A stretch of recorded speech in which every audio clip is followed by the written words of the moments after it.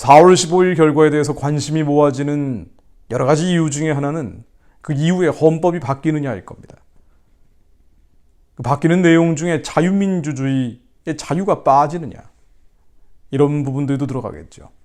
그런데 헌법이 바뀌든 바뀌지 않든 8종의 역사 교과서, 중고등학생들이 배우는 검정 교과서에는 이미 자유가 빠진 채 3월부터 학습을 하고 있죠. 이것뿐 아니라 현행 교과서 중 6종류가 김대중 정부 이후에 참된 민주정부가 수립됐다고 강조하는 반면 이승만 박정희는 독재자 타이틀이 붙어 있습니다. 특히 대한민국은 정부 수립, 북한은 건국이라고 표기하고 있습니다. 그러니까 조선민주주의 인민공화국이 세워졌다. 건국. 그러나 대한민국은 국가의 수립이 아닌 정부의 수립으로 표현되어 있다는 거죠. 천안함 폭침 사건, 이것도 사건이라고 폭침이라는 단어를 빼고 침몰이나 사건이라는 용어로 북한의 도발 주체성을 빼버린 교과서들도 있습니다. 왜 이렇게 하는지, 왜 자유민주주의에서 굳이 자유를 빼려고 하는지, 정말 자유가 없는 민주주의, 북한이나 중국, 자유가 없는 조선민주주의인민공화국, 중화인민공화국, 저런 데를 동경해서 그러는 것인지 그 속내는 알 수가 없죠. 다만 자유민주주의라는 이름으로 지난 70년 동안 대한민국의 성취와 성과, 이 주류 세력에 대한 반감이 작용하는 것은 분명해 보입니다. 해방 전후사의 인식이라는 80년대 대학생들의 서가에 반드시 꽂혀있던 이 책들, 저도 열심히 봤던 내용들입니다만은 이러한 것들이 여전히 머릿속에 침전물처럼 남아있기에 이승만 박정희로 이루어지는 건국과 근대화의 한국사에 대한 격렬한 거부감이 있기 때문에 굳이 자유민주주의라고 되어 있는 헌법 내용에서 자유를 빼려고 하고 이것을 이미 교과서에 반영한 것이 아닌가 추정할 수도 있죠. 역사라는 것은 매우 중요하죠. 마르크스는 역사를 훔칠 수 있다면 모든 것을 훔칠 수 있다고 했습니다. 정말 사단적이고 마귀적인 얘기죠. 우리의 과거의 기억을 바꿔버린다면 현재를 지배할 수 있다는 겁니다. 대한민국이 어떤 나라인지에 대해서 다음 세대, 미래 세대에게 알리지 않았을 때 우리는 마귀들에게, 흑암과 어둠의 영들에게 현재를 지배당할 수 있다는 겁니다. 이 나라가 어떤 나라인가요? 다른 어떤 것보다 이 말씀 한마디는 드리고 가면 좋을 것 같습니다. 대한민국은 종교개혁의 열매가 결실을 맺은 나라입니다. 루터의 종교개혁이 캐톨릭의 반발로 유럽에서는 절반의 성공밖에 거두지 못했죠. 그 부른 청교도들에 의해 영국으로 건너갔습니다. 영국의 청교도 혁명까지 일어났지만 역시 국교도에 의해 절반의 성공으로 마무리되었죠. 빅토리아 여왕의 시대를 만든 존 웨슬레의 위대한 개혁이 있었지만 그 해는 다시 지고 말았습니다. 종교개혁의 불은 미국으로 옮겨붙습니다. 1차 대각성운동, 2차 대각성운동. 그 결과 노예해방운동이 일어났고요. 남북전쟁을 치러가면서까지 해방된 노예들이 드디어 주님을 외치게 됐습니다. 1차, 2차 대각성운동의 결과가 전 세계로 쏟아져 특히 아시아, 한국, 중국, 일본, 인도 같은 나라들로 쏟아져 나오기 시작했는데요. 그 불을 받은 나라 중에 대표적인 곳이 한국입니다. 많은 아시아 나라들의 미국의 2차 대각성 운동에 불을 받은 사람들이 들어왔지만 오직 한국에서만 열매를 맺었죠. 구체적으로 2차 대각성 운동의 대표적인 주도 인물 중에 하나인 드와이트 무디 같은 분이 있는데요. 이분은 사실 목사가 아닌 부흥사였죠. 무디의 설교를 듣고 아시아로 가라, 한국으로 가라, 감동받아 온 사람들, 1906년에서 1909년 사이에 한국에 많은 미국인 선교사들이 쏟아져 들어왔는데요. 이때 왔던 선교사들 가운데 60%, 135명 중에 81명이 무디의 설교를 듣고 왔습니다. 루터 이후에 종교개혁의 불이 계속 옮겨 붙다 영국과 미국을 변화시키고 이제는 한국에 옵니다. 이 설교를 듣고 왔던 대표적인 인물이 아펜젤러, 게일, 그리고 장신대를 만들었던 모페 선교사, 마포 삼열 선교사. 이분들이 우리에게 전했던 게 무엇일까요? 바로 종교개혁의 핵심적인 메시지였죠. 부르심입니다. 조선 사람들은 지금 초급목피하며 죽지 못해 사는 삶 같지만 하나님의 영이 들어가면 주님이 그때부터 깊으신 뜻을 두고 소원을 두고 행하신다. 절망할 필요가 없다. 우리가 예수를 그리스도로 믿기만 한다면 하나님께서는 당신들을 반드시 사용할 것이다. 지금은 별 볼 일 없는 나라 같지만 하나님은 반드시 이 나라를 사용하신다. 모펫 마포 삼열 선교사는요, 1910년 8월 달에 한일합방이 되기 2달 전에 6월에 에딘버러에서 열린 1차 세계 선교대회에서 한국에 대해 이렇게 이야기합니다. 이 나라는 지금 아무 별 볼 일 없는 나라 같지만 내가 선교하고 있는 조선이라는 나라는 그야말로 가난하기 짝이 없고 나라는 망해가고 끝나가는 것 같지만 그러나 언젠가는 이 나라가 세계에 강한 영향력을 발휘하는 영적인 대국이 될 것을 저는 확신합니다. 조선 사람들에게 신념을 줬죠. 하나님의 부르심과 택하심을 분명히 하게 했습니다. 그러니 포기하지 마십시오. 하나님만 믿는다면 이 땅의 나라도 회복될 것입니다. 아펜젤로 선교사, 언더우드 선교사, 게일 선교사, 이분들이 전했던 메시지는 공통점이 있습니다. 포기하지 마십시오. 우리의 상황과 환경이 아무리 절망적이라 할지라도 우리는 보는 것을 따라 행하는 자가 아닙니다. 우리는 믿음을 따라 행하는 자입니다. 하나님이 이 조선을 한국과 이제는 온 세계까지 복음 전하는 나라로 사용하신다는 마음을 받았다면 그것이 이루어질 것을 믿어야 합니다. 우리는 그 믿음대로 행해야 합니다. 이 선교사들의 영향을 받았던 대표적인 인물이 이승만이었죠.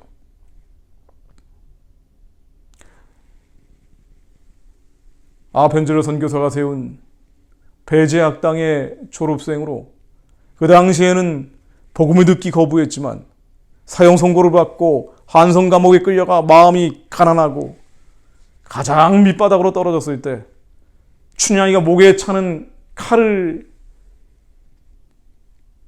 성경책도 넘기지 못하는 상황에서 옆 사람들이 한 장 한 장 넘겨주는 그 성경책을 입으로 읊조리며 하나님을 만났습니다. 그리고 했던 첫 번째 기도, 하나님 나의 영혼을 구해 주셨으니 이제 이 민족의 영혼을 구해 주십시오. Save my soul, save my country. 사형 선고로 당해 언제 죽을지 모르는 사람이었지만 하나님을 만나고 난 뒤에 모든 것이 달라졌습니다. 감옥 안이 빛으로 가득 차는 성령 체험을 하고 그 이후에는 이곳은 감옥이 아닌 복당, The House of Blessing이라고 이야기합니다. 양반 출신들 26명을 전도하고 그저 기도에만 힘썼습니다. 그리고는 기적을 경험했죠. 사형 선고를 받았던 이승만이 6년 반 만에 사면을 받고 풀려납니다. 그리고 나서 썼던 책이 독립정신입니다. 지금은 이 모양 이 꼴인 나라 같지만 언젠가 우리가 이주국가가 되는 날이 올 것이다. 1910년도 한일합방 된 이후에는 더 담대하게 선포합니다. 1913년, 지금으로부터 110여 년 전에 한국교회 핍박에서 이 땅의 나라가 사라졌지만 하늘의 나라를 구하는 사람들이 나타났다. 간도, 만주, 브라디보스톡에 복음 전하는 조선 사람들을 봐라. 우리가 교회 일에만 전력을 다하면 언젠가 이 나라는 중국을 전도하고 일본을 전도하고 세계의 평화를 전하는 나라가 될 것이다. 누구에게 배웠습니까? 선교사들에게 들었던 이야기죠. 인용합니다. 많은 사람들이 이야기하기를 이 조선은 아시아의 최초의 기독교 국가를 만들기 위해 동방의 예루살렘처럼 선택한 나라라고 하더라. 누구한테 들었을까요? 선교사들한테 들었죠. 양화진, 서울의 양화진에 가면 146명의 선교사들과 그 가족들의 무덤이 있습니다. 많지 않은 사람들이지만 이들이 자신의 삶을 초계처럼 던져 하나님의 뜻을 이루려 했습니다. 그들은 자신의 욕심과 욕망과 욕정과 다른 것들을 채우기 위해 산 것이 아니라 하나님을 기쁘시게 해드리기 위해 모든 것을 던졌죠. 어디서 배웠습니까? 종교개혁의 열매였습니다. 수많은 나라들을 변화시키려고 했지만 조선에서 포도송이보다 더 많은 열매들이 맺히기 시작했죠. 그 중에 한 명이 이승만이었고요. 이승만이 전도한 사람이 월남 이상제 선생이었습니다. 이상제 선생은 끝까지 문도 거부하다가요, 한성 감옥에 갇힌 이승만과 감옥 동기동창이었죠. 아무리 전도해도 안 들으려고 하다가 결국에는 변화됩니다. 그리고 나서는 3.1운동의 주요한 인물로 검찰에 끌려가서 너 누구 믿고 까부느냐라고 호통치는 검찰 앞에 더 큰 목소리로 선포했습니다. 내 뒤에는 예수 그리스도와 조선 사람들이 있는 걸 보이지 않느냐. 포도송이보다 더 많은 열매가 맺히기 시작합니다. 3.1운동 이후에 대한민국 임시정부 헌장이 만들어지죠. 민족대표 33인 가운데 절반 이상이 기독교인이었습니다. 기독교인이 주도한 거죠. 서울에서 평양에서 만세운동이 일어날 때도 청년들이 찬송가를 부르며 나왔습니다. 공식적인 3.1운동 독립운동 조직위원회, 이 공식적인 호소문, 한국인들의 호소와 악한 일본 정부라는 이 호소문 기도문입니다. 기독교인들이 주도했죠. 누구한테 배웠습니까? 선교사들한테 배웠죠. 선교사들은 누구한테 들었습니까? 종교개혁의 불의 옴교부터 하나님으로부터 받은 감동들이었습니다. 그 열매가 3.1운동이었죠. 우리는 부정하려고 하지만 일제시대 독립운동은 기독교인들이 주도했습니다.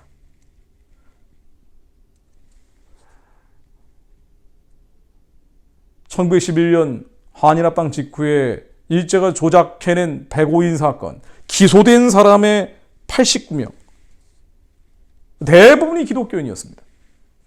어떻게는 기독교의 싹을 잘라버려야 조선은 독립을 꿈꾸지 않는다고 본 겁니다. 왜? 복음이 들어가면 하나님의 선하고 기쁘고 온전하신 뜻을 느끼기 때문에 절망할 수가 없는 것이죠. 눈에 보이는 것에 매이지 않습니다. 믿음을 따라 행할 수밖에 없습니다.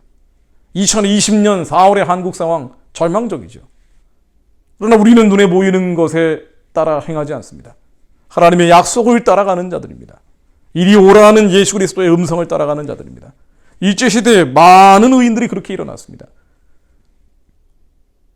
3.1 독립선언서를 낭독한 사람도 해주 출신의 감리교 전도사였습니다. 기독교인들이 주도했죠. 그리고 임시정부 헌법은 그들의 마음을 모아 이런 조항들을 넣습니다. 영조, 1조보다 더 앞선 영조는 신인일치로 중에 협응하여 신인일치로 하나님과 사람 이 신인일치로 서로 협응하여 제7조 대한민국은 신의 국의 의사에 의해 건국됐다. 신의 국의 건국이다. 하나님의 뜻에 따라 세워진 나라다. 대한민국은 신의 의사에 의해 건국한 정신을 세계에 발휘한다고 되어 있습니다. 대한민국 임시정부 헌장에 선언서문이 있습니다. 강요들이 손들고 선서하는 문이죠. 역시 마찬가지입니다. 신의 국의 건설의 귀한 기초니라. 우리의 이 땅의 나라는 사라졌지만 앞으로 세워질 나라는 반드시 하나님이 세우시게 될 것이다. 하나님을 믿지 않는다면 주변의 강대국들에 둘러싸인 조선이 다시 살아날 길이 없다. 우리의 힘은 오직 천지를 지으신 여호와께로부터 온다.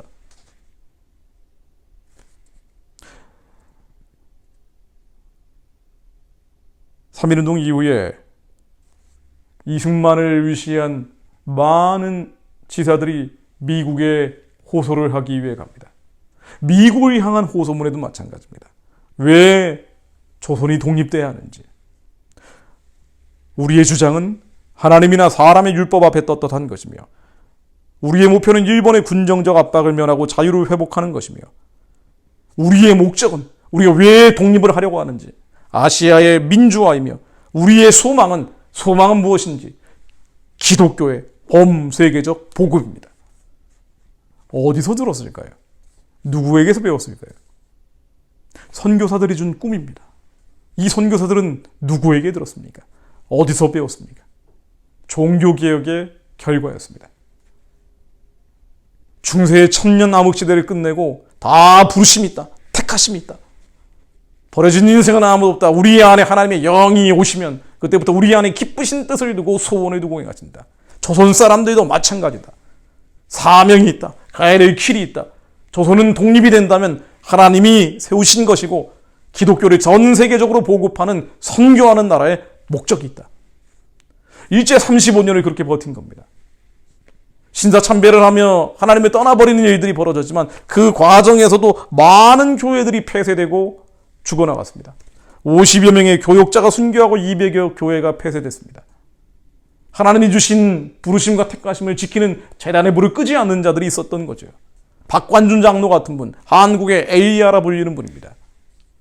이분은 일제에게 진짜 하나님이 누구인지 단을 쌓으라고 했던 분입니다. 동경에 달려가서 팜플렛을 돌렸습니다. 그 의회 현장에 가서 너희들은 천황을 신이라 얘기하지만 살아계신 여호와 하나님이 계시다. 엘리야처럼 단을 쌓아라. 누가 불을 붙이는지 보자. 난리가 났죠.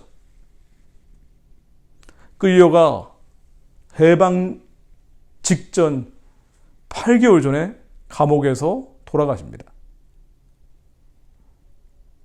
주기철 목사님, 얼마나 많은 의인들이 일제시대 재단의 불을 꺼뜨리지 않기 위해 돌아가셨습니까? 그분은 가야 할 길이 있다라고 얘기했습니다. 이 민족은 독립돼서 끝나는 것이 아니다. 하나님의 일을 해야 한다. 그 하나님의 일은 이 땅에 사는 목적이고 나라의 존재 이유이기도 하다. 반드시 중국을 전도하고 일본을 전도하고 기독교를 전 세계에 보급하는 데 있으며 아시아의 영적 강국에 대해 세계의 그 영향력을 발휘하는 것이다. 광복 이후에 다양한 목소리들이 나라를 세우자라고 외쳤지만 기도가 쌓이고 35년 동안 무르익어 지식인들은 하나님 앞에 교만이 꺾여졌습니다. 그래서 주님을 아는 자들은 남쪽으로 모이고 주님을 모르는 자들은 북쪽으로 갈라졌습니다. 분단은 영적인 분단이었죠. 북쪽에서 교회가 불타는 것을 경험하고 온 이들이 남쪽으로 몰려들었습니다. 평양이 동방 예루살렘으로 불렸는데 이 예루살렘의 파회를 보고 우리가 세울 나라는 하나님이 세우시는 것 외에는 길이 없다라고 말하기 시작했습니다. 한경직 장로 같은 분 반드시 기독교로 나라 세워야 합니다. 평생을 기독교 입국노를 외쳐왔던 이승만은 강력한 우군을 얻은 셈이죠. 남한으로 내려왔던 탈북자들, 이 주민들은 예수 그리스도 이름으로 나라 세웁시다. 그 분위기에 압도당하여 1945년 11월 달 정동 제1교회에서 집회를 할 때 이승만은 기독교 입국론을 강력하게 외쳤고요. 김구 선생마저도 우리는 교회 하나를 세우는 것이 경찰서 10개를 만드는 것보다 더 중요합니다. 이분도 하나님 앞에 겸손해진 거죠. 우리가 가야 될 나라는 예수 그리스도의 이름으로 세우는 나라입니다. 상해 임정의 부수반이었던 김규식 선생도 우리는 반드시 성경 위에 나라를 세워야 침략받지 않는 강대국이 됩니다. 알았던 거예요. 우리가 가야 될 나라는 주님의 이름으로 예수 그리스도의 터 위에 세워질 나라입니다. 해야 될 이들은 중국과 일본을 전도하고 세계에 기독교를 보급하는 복음화입니다. 나중에 이분들 노선이 갈라졌지만 그 기도는 쌓이고 쌓였습니다. 1948년도 5월 31일 국회를 처음 시작할 때 여러분들 잘 아시는 한반도 전체를, 이 민족 전체를 하나님께 드렸습니다.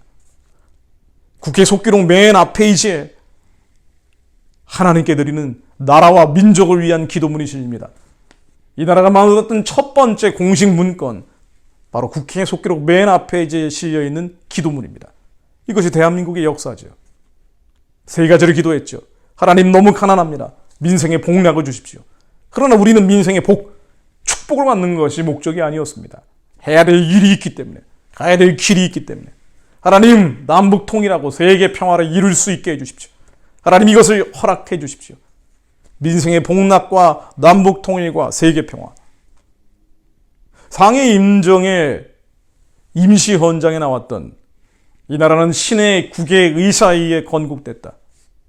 미국을 향한 호소문에 나오는 우리의 목적은 기독교의 전 세계적 보급이다. 일제 당시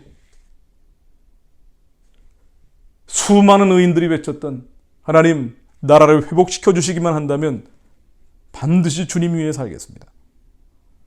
그 간절한 외침이 대한민국 가장 먼저 시작되는 그날 도장에 인이 찍히듯이 대한민국 이마에 인이 새겨졌습니다. 그 정신이 헌법 3조와 4조에 담겼습니다. 대한민국의 영토는 한반도와 부속도 서로한다. 어떤 나라에도 없는 헌법 조항이죠. 북한 지역은 대한민국 영토라는 겁니다. 그리고 우리가 해야 될 통일은 평화적인 통일이지만 목적이 자유민주적 기본 질서에 있다. 바로 자유민주주의입니다. 북한의 신앙의 자유를 회복하는 통일이 되어야 한다. 6.25 사변이 끝나고 정전협정이 맺어질 때 1953년 7월 26일 이승만은 한국 사람들, 이 남한에 거주하는 사람들에게 이야기하지 않았습니다. 북한 동포들에게 이야기합니다. 동포여, 희망을 버리지 마시오. 우리는 당신들을 버리지도 않을 것이고 잊지도 않을 것입니다. 왜 그렇습니까? 이승만은 이야기합니다. 우리 민족의 기본 목표는 잃어버린 강토를 되찾고 저들을 살려내는 데 있습니다. 이것이 대한민국의 목적입니다. 대한민국이 세워진 것은요, 하나님이 이 나라를 루터 이후에 유럽을 변화시키다 실패하고 영국을 변화시키기가 실패하고 미국을 변화시키기에 부족했던 이 불이 다시 조선에 옮겨붙은 그 이유는요, 복음을 땅 끝까지 전하기 위해 하나님은 마지막 때 대한민국을 사용하시기 위해서였습니다. 우리는 중국과 일본을 전도하고 아시아의 최초의 기독교 국가를 만드는 데서 그치지 않고 이 복음이 전 세계적으로 보급시키는 데 있었습니다. 그것을 고난 가운데, 에스겔의 마른 뼈 같은 시련 가운데 깨달은 이들은 외쳤던 겁니다. 우리 민족의 기본 목표는 북한 동포들을 살려내고 잃어버린 강토를 되찾는 데 있습니다. 우리는 자유민주적 기본 질서에 의한 평화 통일을 목표로 세워진 나라입니다. 잘 먹고 잘 살기 위해 만든 나라가 아닙니다. 가야 될 길이 있고 가나안 안에 들어가서 하나님께 경배드리기 위해 세워진 나라입니다. 가난하고 힘든 시절이었지만 그때마다 그리스도인들이 주축이 돼서 광장에 몰려 나왔습니다. 수많은 부흥 집회가 시청 광장, 여의도 광장에서 벌어졌습니다.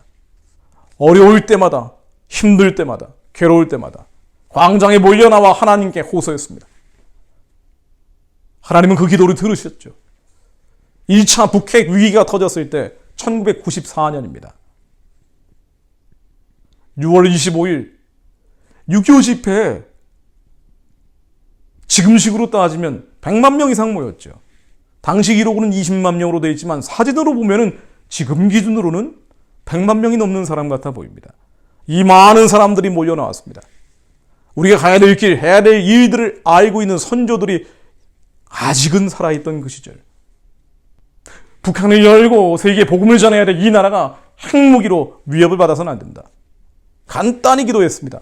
하나님, 김일성 데려가 주십시오. 정말 그런 기도가 나왔답니다. 우리의 부르심, 우리의 택하심, 한국교회가 가야 될 길, 대한민국이 해야 될 일, 한민족의 기본 목표를 알고 있었기 때문에 결코 허용할 수 없었죠. 그리고 20여일 뒤에 그 건장했던 김일성이 70대 중반의 나이로 갑자기 심장마비로 사망합니다. 지금 한국의 핵 위기든 어떠한 문제든 하나님의 부르심과 택하심, 우리의 가야 될 길과 해야 될 일들을 깨닫고 하나님께 호소하면 주님은 들으시고 역사하십니다. 부르짖어 외치면 하나님을 만날 것입니다. 그 역사가 대한민국입니다. 수많은 기적의 변곡점 속에서 하나님이 개입하셨던 것이 대한민국입니다. 그러나 잘 살기 시작하니 하나님을 버려버렸죠. 1980년대부터 정말 이 나라 국회가 시작될 때 기도했던 민생의 복락, 남북통일, 세계평화 가운데 가장 먼저 민생의 복락을 허락하셨습니다. 한강의 기적을 만들어내셨죠. 교회의 성장과 경제의 성장 똑같은 그래프로 진행됐습니다. 매년 GDP가 10% 가까이 성장을 했습니다. 그랬더니 우리는 하나님을 떠나버렸죠. 가난과 싸워서는 이겼는데 풍요와는 싸워서 이기지 못했습니다. 룸사롱이 늘어나고 노래방과 무슨 음란한 방들이 온 나라를 덮기 시작하면서 하나님께 와서 기도하는 대신에 경춘가도의 노보텔로 가기 시작했죠. 흥청망청했습니다. 우리의 다음 세대는 이 나라가 어떤 나라인지 잊어버리기 시작했습니다. 그와 동시에 사회주의, 공산주의, 주체주의, 온갖 하나님을 대적하는 사상들이 대학가를 지배해버렸습니다. 가난할 때는 전쟁의 잿더미 속에서는 하나님을 찾았던 이 민족들이, 우리의 가야 될 길과 해야 될 일들을 알았던 이 백성들이 잘 살기 시작하니 잊어버린 거죠. 90년대가 지나면서 공산주의, 사회주의, 주체주의에 물든 청년들이 사회 각 영역에 들어가기 시작합니다. 기실 하나님을 대적하는 것이고 대한민국이 기독교에 의해서 세워졌다는 역사적 사실을 부정하려는 자들이고, 하나님께 택하시고 부름받아 선교하는 나라가 되어야 된다는 사명을 없애려는 사람들이었습니다. 하나님은 깨닫게 하기 위해 97년 IMF 외환 위기를 주셨죠. 그럼에도 불구하고 교회는 돌아오지 않았습니다. 역사적 정통성, 이념적 정체성을 다음 세대, 미래 세대에게 알리지 않았습니다. 이제 더 많은 어려움들이 오고 있습니다.